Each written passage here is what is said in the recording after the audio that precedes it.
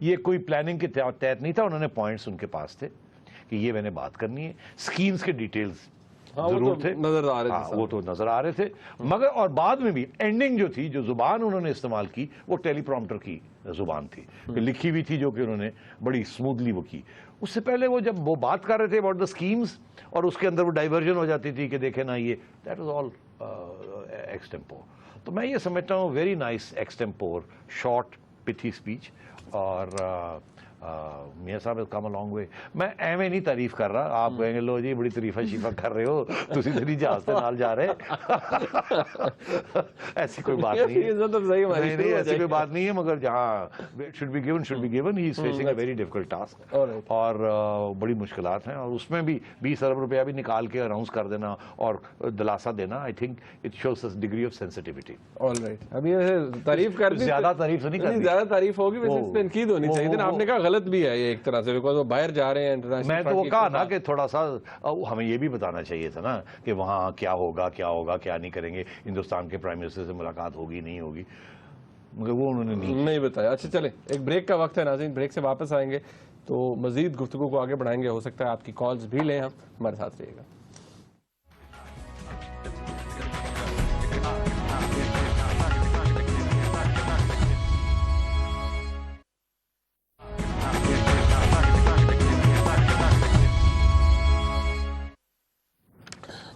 کچھ باتیں اب آپ سے ہو جائیں, کیونکہ کچھ ایسے موضوعات ہیں جن کو اگر ہم ابھی ڈسکس کرنا شروع کریں گے تو وہ کمپلیٹ نہیں ہو سکیں گے. تو کل کے پروگرام میں ان کے اوپر بات ہوگی بڑی ڈیٹیل سے.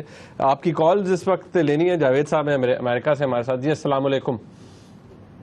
السلام علیکم جی مدیب صاحب, سیٹھی صاحب السلام علیکم. میں جاوید اکرام بول رہا ہوں. جی جاوید صاحب السلام علیکم. کیسے مزاج ہیں جی؟ بڑا اچھا لگ رہا ہے سیٹھی صاحب کہ اپنے فرائض منصبی ادا کرنے کے ساتھ ساتھ آپ نے جرنلزم سے, صحافت سے اپنی وابستگی کو برقرار رکھا ہوا ہے. جی بالکل جی, یہ تو میرا پیشہ ہے بالکل, یہ اس کو تو چھوڑ نہیں سکتے. نہیں وہ ہے کہ آپ کی غیر موجودگی میں یہ حالات حاضرہ کا شعبہ تھوڑا سا تشنگی کا اور ویکیوم کا شکار ہو گیا تھا. تو بہرحال سیٹھی صاحب میں عرض کرنا چاہتا ہوں کہ یہ جو میڈیا ہے انٹرنیشنل یا پاکستان کا, اس پہ تبصرے, تجزیے, خبریں اور حالات حاضرہ کے پروگرام سننے کے بعد مجھے تو کوئی انجانا سا خوف کسی وقت محسوس ہوتا ہے کہ کرائسس اتنا بڑھ گیا ہے ہماری ریجن میں, پولیٹیکل, اکنامک, سوشل, کلچرل, کہ I don't see any political solution in the near future. تو کیا ایسا تو نہیں کہ کوئی جیوگرافیکل تبدیلی کے لیے میدان ہموار کیا جا رہا ہے؟ کیا آپ بھی ایسا محسوس کرتے ہیں یا میرے خدشات محض بے بنیاد ہیں؟ جاوید صاحب بے بنیاد تو نہیں ہے, مگر خدشات ہیں, بے بنیاد نہیں ہے, مگر ہوگا نہیں ایسے. عرض یہ ہے کہ ریجن, اس میں کوئی شک نہیں ہے کہ یہ ساری ریجن جو ہے ٹرموائل میں ہے, مگر یہ ٹرموائل انڈیا میں کنٹینڈ ہے, چائنا میں کنٹینڈ ہے, ایون ایران میں کنٹینڈ ہے, افغانستان میں نہیں ہے, اور ہمارے ہاں اب تھوڑا سا ایسے لگتا ہے کہ جیسے نہیں ہے. مگر میں بڑا پر امید ہوں, میرا خیال ہے یہ پاکستان میں will be able to contain it. اگر ہمیں 5 سال ایک اندر ان انٹرپٹیڈ پولیٹیکل گورنمنٹ رہ جائے اور جو انہوں نے وعدے کیے ہیں اس میں سے آدھے وعدے بھی وہ پورے کر دیں, اور اب ابھی تو ایسے ہی لگتا ہے کہ ارادے ان کے نیک ہیں. آگے اللہ بہتر جانتا ہے کہ یہ کیا کریں گے, یہ کیا نہیں کریں گے, کامیاب ہوں گے کہ نہیں, مگر میں نہیں سمجھتا کہ ہمیں بالکل امید چھوڑ دینی چاہیے. We'll be able to seize control. Of course اس میں کوئی شک نہیں ہے کہ دن بدن مسائل بڑھتے جا رہے ہیں اور بہت تیزی سے بڑھتے جا رہے ہیں, اور matters are going out of hand. مجھے بڑے لوگ پوچھتے ہیں کہ یار یہ بتائیں کہ جس قسم کے حالات ہیں, کسی وقت بھی یہاں ایک کوئی تیلی لگ سکتی ہے, آگ لگ سکتی ہے, اور جیسے ایجپٹ میں یا ٹونیسیا میں یا اور جگہوں پہ ایک لہر آئی انقلاب کی, تبدیلی چاہیے, بہت ہو گیا, یہ یہاں بھی ہو سکتا ہے. اس کے ساتھ پھر کیا ہوگا؟ تو ہو تو سکتا ہے, مگر اس قسم کے حالات نہیں ہیں یہ اس ملک میں کہ اس قسم کی تیلی جو ہے سارے ملک میں آگ لگا دے. یہاں ایک کنسنسس ہے ڈیموکریسی میں, یہاں کوئی ڈکٹیٹرشپ نہیں تھی جس کے خلاف ایک تبدیلی چاہیے آپ کو, اور یہاں اس قسم کی ایران جیسی ہوموجینٹی بھی نہیں ہے کہ جس کے ساتھ آپ یہ کہہ سکیں کہ ایک انقلابی لہر آنے والی ہے. نہ یہاں کوئی لیفٹ کی انقلاب کی پارٹی ہے، نہ کوئی رائٹ کی انقلاب کی پارٹی ہے. ریلیجس پارٹیز بھی جو ہیں وہ بھی بکھری ہوئی ہیں. تو ایسی کوئی چیز نہیں ہے. سو ڈسگرنٹلمنٹ ہوگی، وائلنس ضرور ہوگا، تھوڑی بہت انارکی بھی ہوگی، مگر I think at the end of the day we will manage. Ehsan صاحب ہے جی، احسان اللہ صاحب بنو سے. جی السلام علیکم. وعلیکم السلام. جی حضور والا. جی حضور حکم. جی سر، آپ نے کال ابھی ملا ہی نہیں ہے. نہیں مل گئی جی، بات کر رہا ہوں. اچھا سر، ہیلو. جی جی حکم بولیے جی. السلام علیکم سر، میرا نام محمد عثمان ایڈوکیٹ ہے، میں بنو سے عرض کر رہا ہوں. جی سر میرا سوال یہ ہے کہ آیا موجودہ حکومت ہماری 7 ایجنسیوں کے لیے کوئی قانون دے دے گی؟ کس قسم کے قانون چاہتے ہیں آپ؟ ہم یہ چاہتے ہیں کہ یہاں پہ FCR کے تحت ابھی تک انگریز کا قانون لاگو ہے، لوگوں کو کوئی بنیادی حق حاصل نہیں ہے، وہ ایک پولیٹیکل ایجنٹ اور اس کے ماتحت عملے کے تحت آتے ہیں. یہ بڑا اچھا سوال ہے آپ کا. میں سمجھتا ہوں یہ ایجنڈا آئٹم ہے، پچھلی حکومت کے ایجنڈے میں بھی تھا اور یہ کافی عرصے سے یہ ایجنڈا. مگر مسئلہ کیا ہے کہ اتنی ڈیسٹیبلائزڈ ہے وہاں سچویشن کہ ایک انسٹیبل سچویشن کے اندر ایک اس قسم کا نئے قانون لانا، جبکہ آپ کے پاس ایڈمنسٹریٹو ایکسپیرینس یا سیٹ اپ ہی نہیں ہے ان کو چلانے کے لیے. ابھی تو آپ فوج کا سہارا لے کے بہت سی ایجنسیاں آپ چلا رہے ہیں، اور وہاں انتشار ہے. پولیٹیکل ایجنٹ جو ہے اس کے پاس پاور بھی نہیں ہے اور ہے بھی، اور یہ ٹرائبل لشکر یہ سب کچھ چل رہا ہے. اور ابھی آپ نے دیکھا کہ ایک element of anti terrorism strategy یہ بھی ہے کہ قبائلی لشکر جو ہیں وہ آپ بنائیں، ان کو اپنے ساتھ لیں اور آگے بڑھیں. تو میں یہ سمجھتا ہوں کہ یہ فوری طور پہ مجھے نظر نہیں آ رہا ہے کہ وہاں پرانے قانون جو ہیں، جو کہ پرانے صدیوں سے چلتے آ رہے ہیں اور جو انگریزوں نے بھی اسٹرینتھن کیے ایک حد تک، ابھی حال ہی میں ان کو تبدیل کیا جائے گا. مگر اس پہ کوئی شک نہیں ہے کہ جہاں جہاں اسٹیبلٹی آتی ہے، جیسے سوات میں آئی ہے، وہاں ان کو کرنا چاہیے بالکل. اور ایسے اور بھی علاقے ہیں جہاں کے یہ جو پرانے ریگولیشنز ہیں ان کو چینج کر کے ماڈرن لاز لانے چاہیے. اور اس کے لیے ایک تو کمٹمنٹ کی ضرورت ہے، دوسرا یہ ہے کہ ایک اسٹرکچر بنانے کی ضرورت ہے. You need lawyers, you need آپ جیسے، یو نیڈ ججز، you need legal setups, you need police. یہاں باقی سیٹلڈ ایریاز میں ہمارے قانون اور یہ سب کچھ گر رہا ہے، فال اپارٹ کر رہا ہے. تو جہاں ایک نئے سرے سے یہ کرنا ہے وہاں اور بھی مشکل ہے. تو ہمیں پہلے یہ باقی علاقے جو یہاں ذرا ہاتھ جو ہے نا اس کو جما لینے دیں، پھر انشاءاللہ یہاں بھی آئیں گے، کیونکہ اس کے بغیر چارہ نہیں ہے. یہ پرانے قانون اور پرانے اسٹرکچرز، ٹرائبل اسٹرکچرز اور پرانے لاز، اس کے ساتھ آپ نہیں چل سکتا معاملہ. ویسے وقت بھی ختم ہو گیا صاحب، لیکن پولیٹیکل پارٹیز ایکٹ تو خیر آپ کو یاد ہے ایکسٹینڈ ہو گیا تھا، وہ ہو گیا، امپلیمنٹ نہیں ہو پا رہا، اس کے اندر پرابلمز ہیں. اچھا وقت ہمارے پاس ختم ہو گیا. ناظرین کل کے پروگرام میں آج کچھ ایسے امپورٹنٹ ایشوز تھے، خاص طور پر جو ڈائلاگ کا پروسیس ہے ممکنہ طور پر طالبان کے ساتھ، اس کے اوپر عمران خان صاحب کی کچھ ریزرویشنز ہیں. اس کے حوالے سے کچھ انٹرنیشنل نیوز پیپرز کے اندر کچھ سٹوریز بھی آ رہی ہیں، کچھ ویب سائٹس کے اوپر بھی لکھا جا رہا ہے. میں چاہتا ہوں کل اس کو ذرا دوبارہ ڈیٹیل میں اسیس کریں گے کہ اس میں کتنی حقیقت ہے اور کتنا فسانہ. آج کے پروگرام کا فیڈ بیک ہمیں ضرور دیجیے گا. دیکھنے کا بہت شکریہ. خدا حافظ.